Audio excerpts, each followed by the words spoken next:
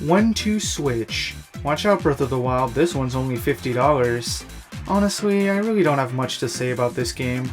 I don't own 1-2 Switch, I couldn't bring myself to pay money for it. I do, however, own the sequel because I thought it would be funny. Anyways, from my experience with that game, as well as with gameplay and reviews of 1-2 Switch, I'm gonna go out on a limb and say that the 28 included minigames are only enjoyable the first 2 or 3 times before they become stale. There's also a noticeable lack of creativity and passion in the visual and sound design, no memorable soundtrack, and little replay value. This would be lame as a pack-in title, but it's just baffling that this game is retailed for $50 for nearly 7 years. But you know what, I could look past these flaws if 1-2 Switch served as a functional tutorial for the Joy-Con. Watching gameplay of 1-2 Switch made me more confused about why these damn things exist. And what's worse, the game actively discourages immersion by making you face the other player. This doesn't show me how Joy-Con are useful for playing video games, let alone how they'd enhance my gameplay experience. And the Joy-Con functionality is so superfluous that the controllers can be almost entirely replaced with smartphones in its sequel. I wouldn't recommend spending money on this to anyone, especially if they're trying to get a feel for their Joy-Con.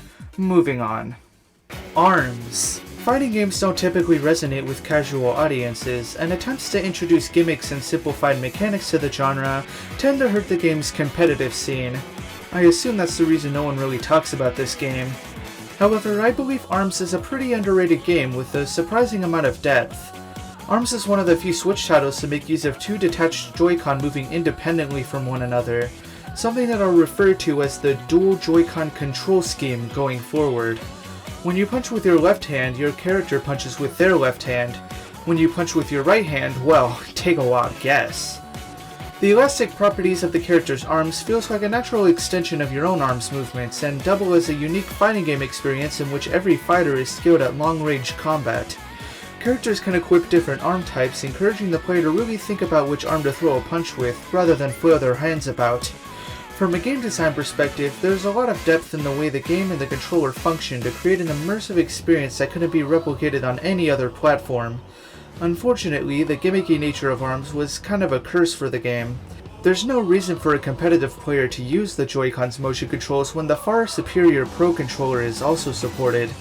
And the players that do use the recommended dual Joy-Con control scheme will eventually get bored of the gimmick. And with the game having such a heavy focus on long-range combat, the fighting and strategy start to feel samey after a while. Still, for new Switch owners that have at least some gaming experience, I definitely recommend that they at least try the free demo of ARMS.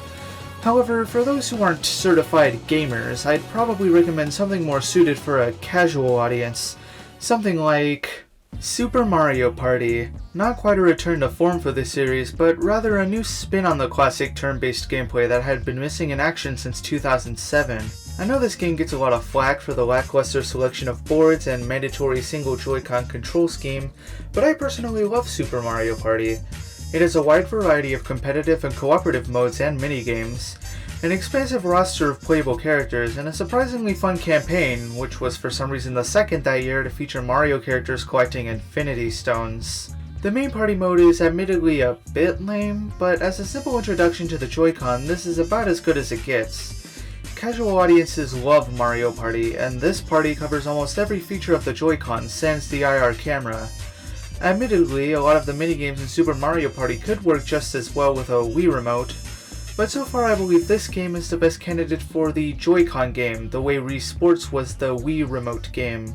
Unfortunately, this game is heavily overshadowed by its successor, Mario Party Superstars. Being a compilation of the best boards and minigames across the series, it's hard to deny that Superstars is a more fun and higher quality package. Not only does this game support button controls, it actively removes any and all motion controls. After 14 years of being forced to roll the dice with a shake of the controller, you wouldn't catch a Mario Party fan dead twitching their hand.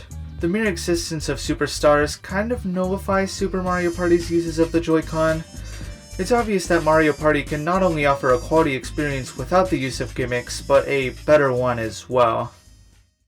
We are now over a year into the Switch's lifespan, and not a single game for the system shows that Nintendo has a clear idea of what the Joy-Con are good for. There are some promising ideas in ARMS and Super Mario Party, but both games' gimmicks are easily replaceable with traditional button controls. More than ever, we need an experience that only Nintendo can create, and that only the Switch can provide to players. Well, turns out I'm a couple of months late to the party, because I'm an idiot and forgot Nintendo invented cardboard in April of 2018, not 2019. Whoops.